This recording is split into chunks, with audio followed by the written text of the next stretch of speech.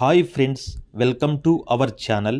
ఈరోజు మనం జ్ఞానేంద్రియాలలో ప్రధానమైనది అయినటువంటి కన్ను రక్షణకు తీసుకోవలసినటువంటి జాగ్రత్తల గురించి మనం ఈ వీడియోలో తెలుసుకుందాం.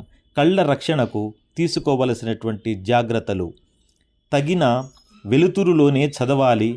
చదివేటప్పుడు కంటికి పుస్తకానికి మధ్య దూరం 30 సెంటీమీటర్లు ఉండాలి.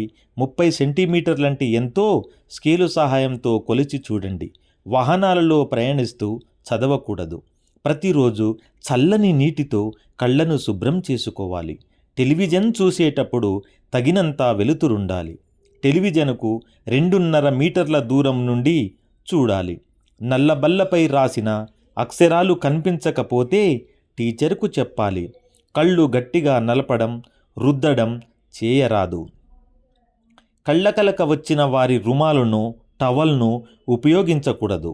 కళ్ళల్లో నీరు కారుతున్నా, కళ్ళు మంటలు మండుతున్నా, చదివేటప్పుడు అక్షరాలు మసకగా కనిపించినా కంటి డాక్టర్ దగ్గరికి వెళ్ళాలి. కంటి వైద్యం చేసే డాక్టర్ను ఆప్థాల్మజిస్టు లేదా కంటి డాక్టరు అని అంటారు. Thank you friends. ముఖ్యంగా మనము మన యొక్క కంటి రక్షణకు తీసుకోవాల్సినటువంటి జాగ్రత్తలు విని మీరు కూడా మీ యొక్క కళ్ళను జాగ్రత్తగా కాపాడుకుంటారని ఆశిస్తున్నాను. Thank you friends. నా యొక్క ఛానల్ను మీరు ఇలాంటి విషయాలు తెలుసుకోవడం కొరకు సహృదయంతో సబ్స్క్రైబ్ చేయండి friends. Thank you friends. Thank you.